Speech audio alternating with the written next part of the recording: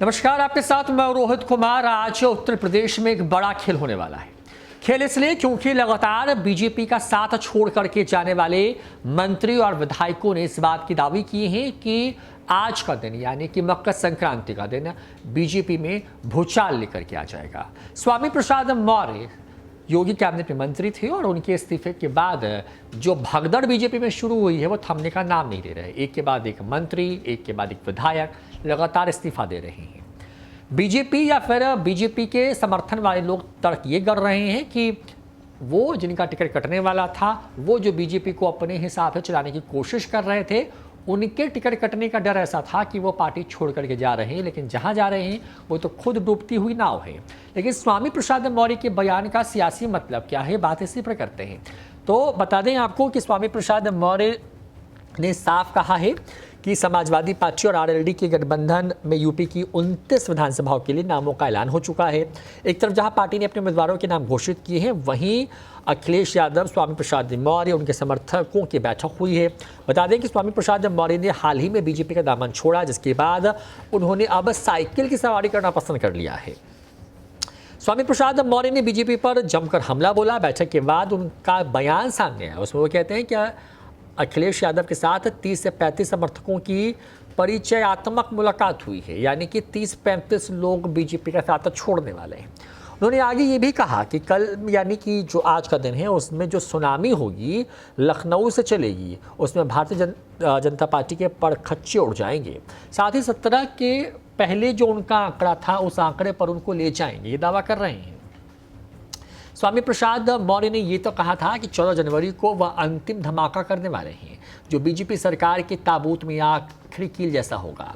इसके पहले भी स्वामी प्रसाद मौर्य के एक बयान ने चर्चाओं का बाजार गर्म कर दिया था। स्वामी प्रसाद मौर्य ने भारतीय जनता पार्टी से इस्तीफा देने के बाद अब यूपी सरकार के साथ साथ राष्ट्रीय स्वयंसेवक संघ को भी निशाने पर लिया।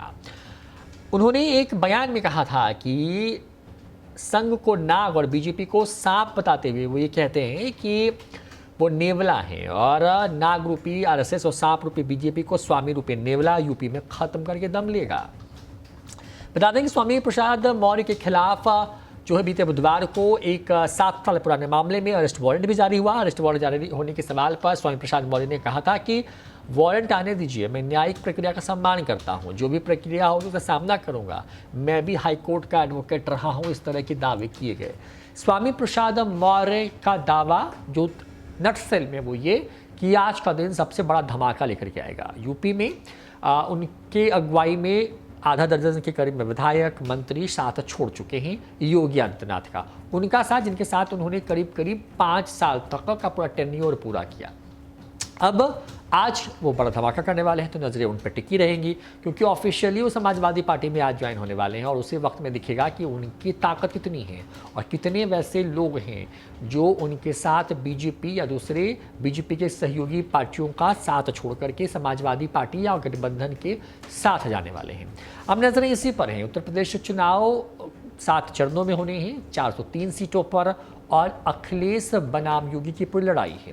अखिलेश यादव जहां सत्ता में वापसी के लिए पूरी जोर लगा रहे हैं, तो अपनी सत्ता को बचाए रखने के लिए योगी आदित्यनाथ की अगुवाई में बीजेपी भी कहीं से पीछे नहीं है। जैसे जैसे यूपी में चुनाव जो है एक तरीके से प्रक्रिया आगे बढ़ रही है, नामांकन से लेकर के अब जो पहले चरण की वोटिंग होगी, तो इन तमाम चीज़ों के बीच में वहाँ का सियासी पारा इस कड़कड़ाती सर्दी में भी चढ़ रहा है और वहाँ पर सर्दी में भी गर्मी का एहसास हो रहा है।